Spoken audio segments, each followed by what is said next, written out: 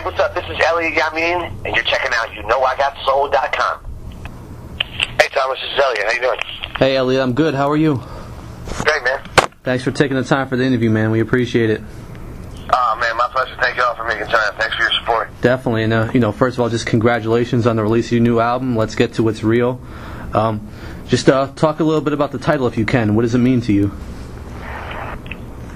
The title is pretty indicative of what the, well, first of all, thank you. I'm sorry. Yeah. Thanks for the love, man. The title is, I feel, is pretty indicative of what the album is. It's, real music, real musicianship, real artistry, real, songs about real issues and real life situations. And what I was able to do with this album was really get down to the realness of music, and use some of my influences and get back to the sound that I kind of grew up on, and try to kind of portray that on this album, Yeah, and when I was reading about the album, you were quoted as saying this album was something I needed to do for me. Can you explain that line a little bit? Well, first off, I didn't have any like real funding for this album. I did it all myself, me and two other Jewish guys making soul music in the studio. Yeah. So I was so involved with this album from the executive side to the creative side to to all points in between,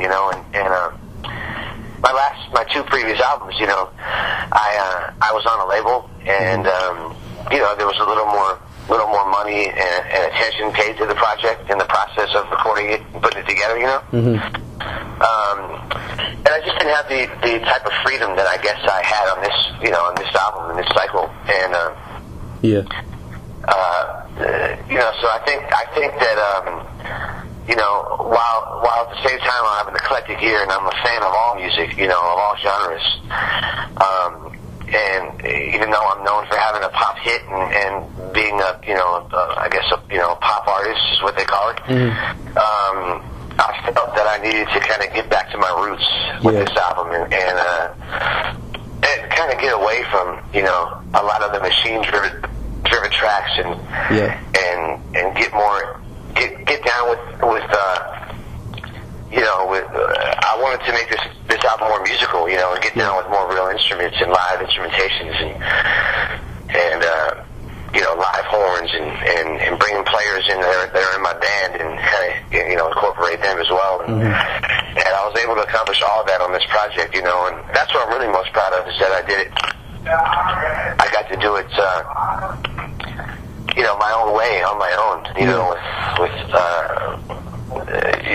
with no real outside help from any label, Yeah.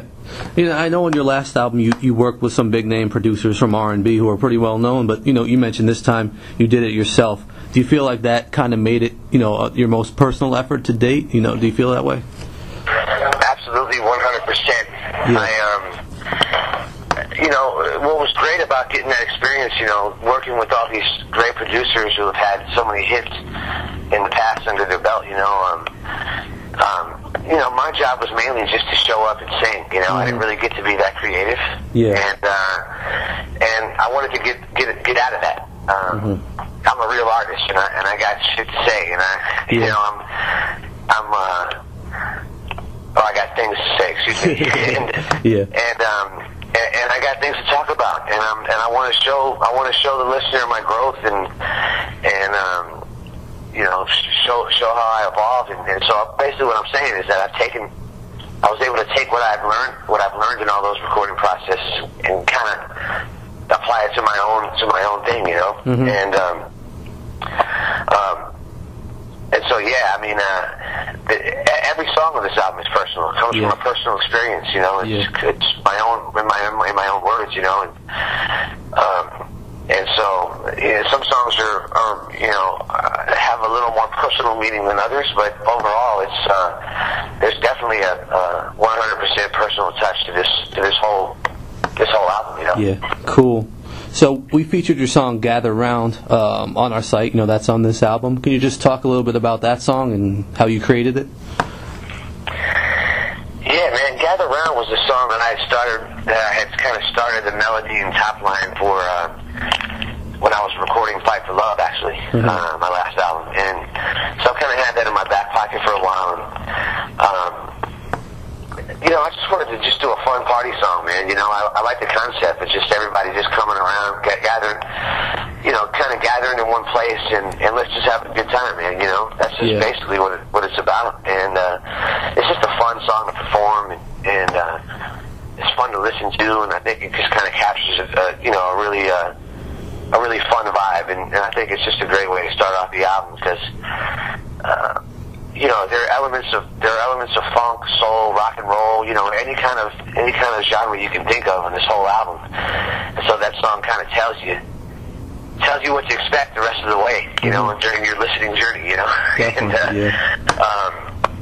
it's funny. It's kind of like an instructional song, It's telling everybody to clap their hands, put your hands together, and just kind of show up and get your groove on and have a good time, And it's really that simple. It's just a really fun song, Yep. All right, cool.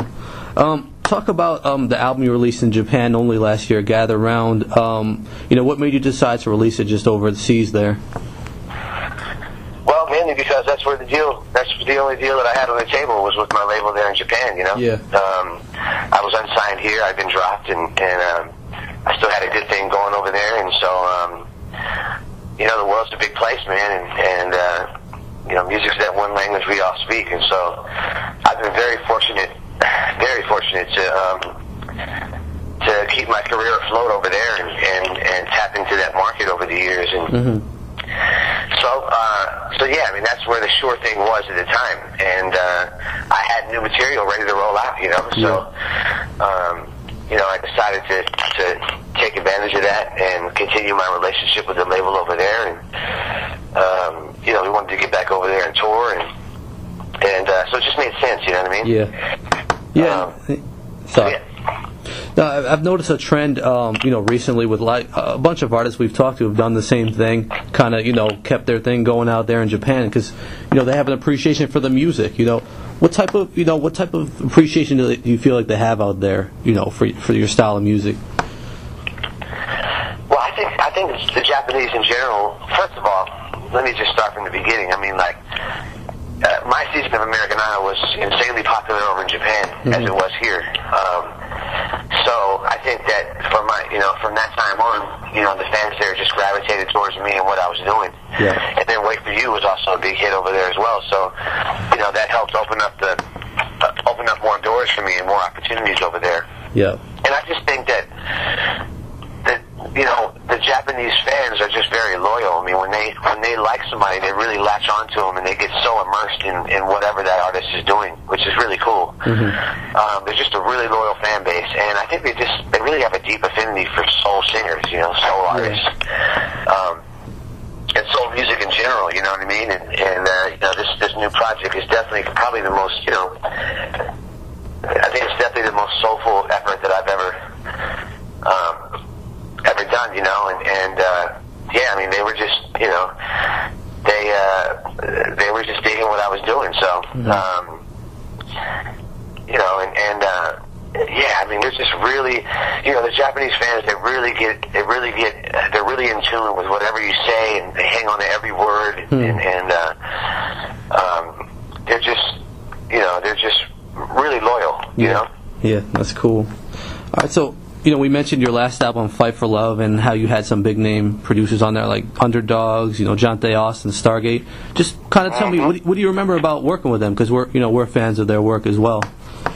Oh man, it was great. I mean, Jonte was dope, and so was Harvey, and it was just an honor to be in the studio with him because I was and I still am, such a fan of a lot of his, work with like Joe and some of my favorite R&B artists over the years. You know what I mean? And so just to get to work with him and it was amazing. And I love the stuff we did together. But again,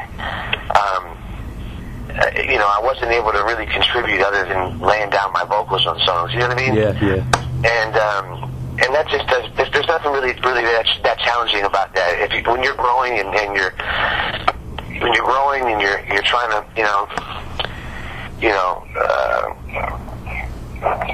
challenge yourself, that just becomes a little. It just becomes a little. It just wasn't challenging, you know what I mean?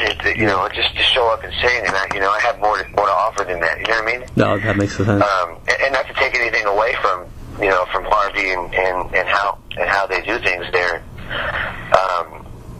And a lot of that has to do with my label finding songs for me that would fit the album and so forth. So, man, all the experiences were amazing, and like I said, I got to learn a lot. Just being in the studio and being around those kind of productions, you know what I mean? Yeah, cool. And John Tay's the man. I mean, he was a really cool dude, and we didn't really get to spend that much time together. But Harvey, I've done like 4, 5, maybe even 6 songs with over the past few years. So, I got to know him a little better and spend more time with him in the lab, And, but again, those songs that we did were just pretty much in and out. Show up, sing, peace out, Yeah. And there's just more to it in that, going forward, and so that's what I wanted to really be a part of this time around, Yeah, definitely. No, that makes a lot of sense. And people really got to know you, back when you were on American Idol, a finalist back in 2006. For those who haven't really seen you too much in the spotlight since then, just talk about the growth you've experienced, since then as an artist. Oh man, I mean, just as an artist, just learning how to use my voice, in the studio, and I think just life experiences, and life experiences kind of lead to great writing and more opinions and getting to travel the world and see how the world works and experience different cultures and getting to travel to Africa and be a part of the malaria initiatives over there. Spending all this time in Asia and the Pacific Rim area, man, it's just really matured me. It's really opened my eyes to a lot of things that I otherwise wouldn't have been able to experience, or really, experience for myself had I not, gotten the opportunity on Idol. You know what I mean? And so it's just really opened my eyes and made me more mature, and I think I've just grown as a person, and I'm better for it, and learning all the ins and outs of what making a record entails, it really is a labor of love, and I use that word labor heavily. It is hard work. It's not laboring, not physically, but a lot of time and effort and a lot of heart and soul was put into this project, And I think that's just attributed to everything I've been through in my life from birth to now. You know what I mean? And that's what makes me even more proud of this project is getting to convey all that on record.